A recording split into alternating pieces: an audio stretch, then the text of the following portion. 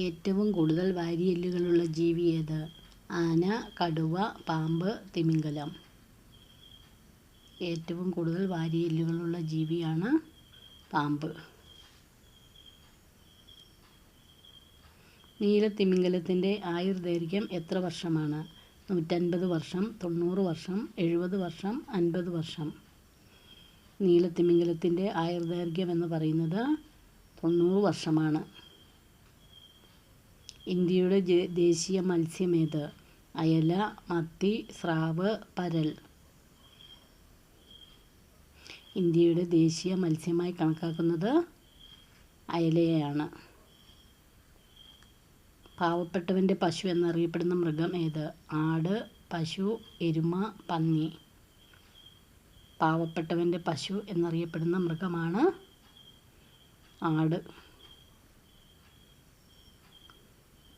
കടന്നൽക്കൂട്ടിൽ മുട്ടയിടുന്ന പക്ഷി ഏത്?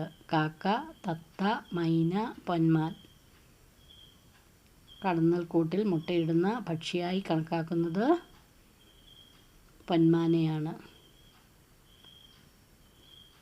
ശരീരത്തിലെ ജീവദ്രാവകം എന്ന് പറയുന്നത് ഏത്? രക്തം, ജലം, വിയർപ്പ്, യൂറിൻ. ശരീരത്തിലെ ജീവദ്രാവകമാണ് രക്തം. ലോകാരോഗ്യ ദിനമായി ആചരിക്കുന്നതെന്ന്? ജനുവരി 10, ഏപ്രിൽ 7, മെയ് 5, ഡിസംബർ 4. ലോകാരോഗ്യ ദിനമായി ആചരിക്കുന്നത് ഏപ്രിൽ 7 ആണ്.